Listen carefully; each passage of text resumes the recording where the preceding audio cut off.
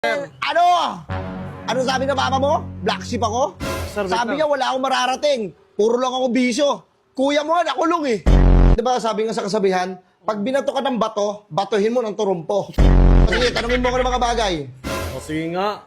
Kung ang adjective ay pang-uri, ano naman ang verb? O, Verb, ibon. Ano to, card mo? ano po? Pupunta ka dito, dala mo sa akin palakol. Tingnan mo, yung Pilipino mo.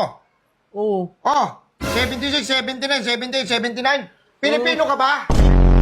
Ano ka nga, wait lang ha, umubo ka nga. Grabe, lala ng ubo mo. O, yung likod ko, ano kaya yun? Nilalamig ka, napapasukan ng lamig. Ayun, napapasukan. Oh, meron tayo yan. Ano yan, Ito, boss? Salumpas.